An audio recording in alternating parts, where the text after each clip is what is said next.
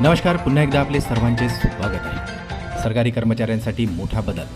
आता पगार बिले पूर्णपणे ऑनलाईन. मे महिन्याचे पगार वेळेत होणार, तर नवीन नियम लागू. चला पाहूया याविषयी सविस्तर अपडेट. त्यापूर्वी आपणास विनंती आहे, चॅनलला जर नवीन असाल तर सबस्क्राईब करायला विसरू नका. नवनवीन अपडेट मिळविण्यासाठी बेल आयकॉनला प्रेस करायलाही विसरू नका. अत्यंत कामाची आनंदाची बातमी आता शेअर करायलाही विसरू नका.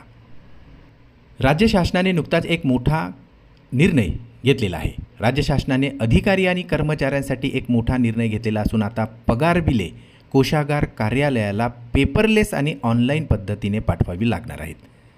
190 कार्यालयापासून सुरुवात करणार असून सर्व कर्मचाऱ्यांची EKYC करणे आता अनिवार्य असणार आहे. मंजूर पदांनाच आता पगार मिळणार, तर OTPद्वारे पगार बिलास मंजुरीही. तर निश्चित तारखेला कर्मचाऱ्यांचे पगार बँकेत जमा होणार आहे. या निर्णयामुळे आता कर्मचाऱ्यांचे वेतन वेळेत होणार असल्याची माहिती समोर येत आहे. राज्य शासनाच्या अधिकारी कर्मचाऱ्यांची पगार बिले आता पेपरलेस पद्धतीने पाठवली जाणार आहे. पहिल्या टप्प्यामध्ये 190 कार्यालयांचे मे महिन्याचे पगार बिले ऑनलाईन जाणार असून पुढील टप्प्यामध्ये वन, महसूल, गृह, PWD, जलसंपदा विभाग यांचा समावेश असणार आहे. मात्र प्रत्येक कर्मचाऱ्याला बँक खात्याची EKYC करणे आता बंधनकारक केलेले आहे.